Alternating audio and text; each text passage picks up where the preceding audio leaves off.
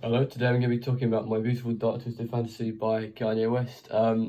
It's from 2010, and I think I chose it because I think it's like pretty much I've heard a lot of good stuff about it. Pretty much why I choose all these albums, but I've heard it's like one of the best albums from him, and it was pretty like revolutionary, I guess, because it sounds very ahead of its time. It's 2010, like I said, but it sounds like it could have easily been recorded like 5 years later, for sure. So yeah, I chose it because it was just very kind of acclaimed, and it's got people like it a lot. So it's 13 songs long. It's just over an hour, and my first impressions is that I think I really enjoyed like the first kind of half a lot on the first listen. Especially like Dark Fantasy, Gorgeous, Power. Like really enjoyed all those songs. And then yeah, the second half I was kind of like not too sure about. Like I knew Runaway before. That was the only song I knew really before, and Power I guess too. Well, I recognised the sample and Power. Anyway, so yeah, that is my first impressions of the album.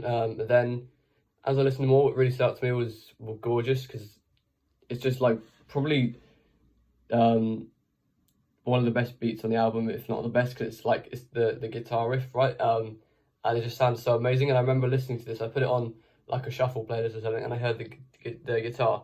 And I did not expect it was going to be in a Kanye song, to be honest. But there we go. It was a nice surprise when I started hearing rapping over it instead of some like normal rock melody. So yeah, that's nice. I really enjoyed Sour Pools. There were a few songs in this I didn't like. I think like all of the lights kind of grew on me a little bit. I did not like Monster at all. Like Hell of a Life was, I just kind of I don't like that song. It like the sample of Iron Man really doesn't work here. Like for me, I just don't like the use of the sample there. Like it's not great. Blame Game I really enjoyed. That stood out to me.